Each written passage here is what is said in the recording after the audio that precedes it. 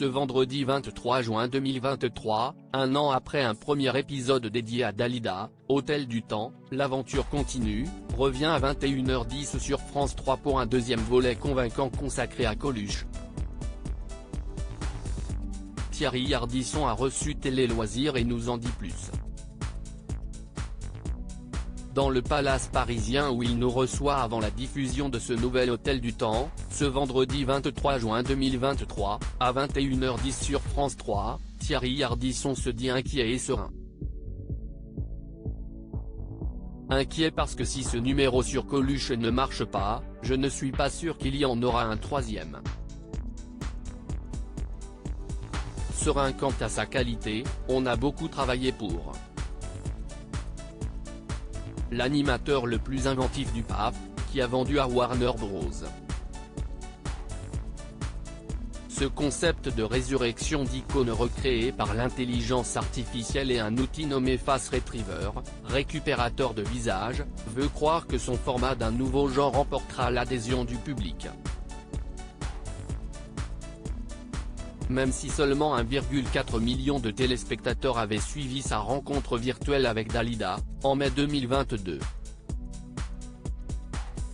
Un Coluche bluffant et émouvant, j'en avais parlé comme d'une interview et, sur 1h30, ça avait découragé les gens. Mais ceux qui l'ont vu ont aimé. Confie l'homme en noir. En réalité ce sont des biopics, avec beaucoup d'archives et une mise en scène. C'est une espèce de métaverse. Par ailleurs, l'échange avec Coluche est plus percutant, chaque fois qu'il ouvrait la bouche c'était pour dire une punchline. S'il a connu le créateur des Restos du Cœur, Thierry Ardisson a aussi bénéficié, pour écrire ce numéro, du témoignage des fils de l'artiste, Romain et Marius Colaucci. La séquence qui montre son rapport à la nourriture, autour d'un frigo, vient d'eux. Porté par la gestuelle du comédien Cédric Weber et par la voix de l'imitateur Didier Gustin, ce Coluche troublant de vérité nous fait croire à son retour sur Terre, le temps d'une émission. Jusqu'à nous émouvoir lorsqu'il évoque sa disparition. Dans d'anciens programmes, j'avais invité Baudelaire ou Hugo, en réalité des comédiens grimés. Le DP est fake, les trucages numériques dynamiques, note de la rédaction, apportent une autre dimension. Johnny, Gabin et De Gaulle.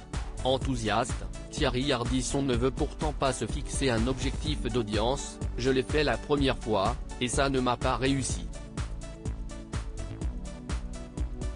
Il n'y a pas que l'audimat, la qualité compte aussi.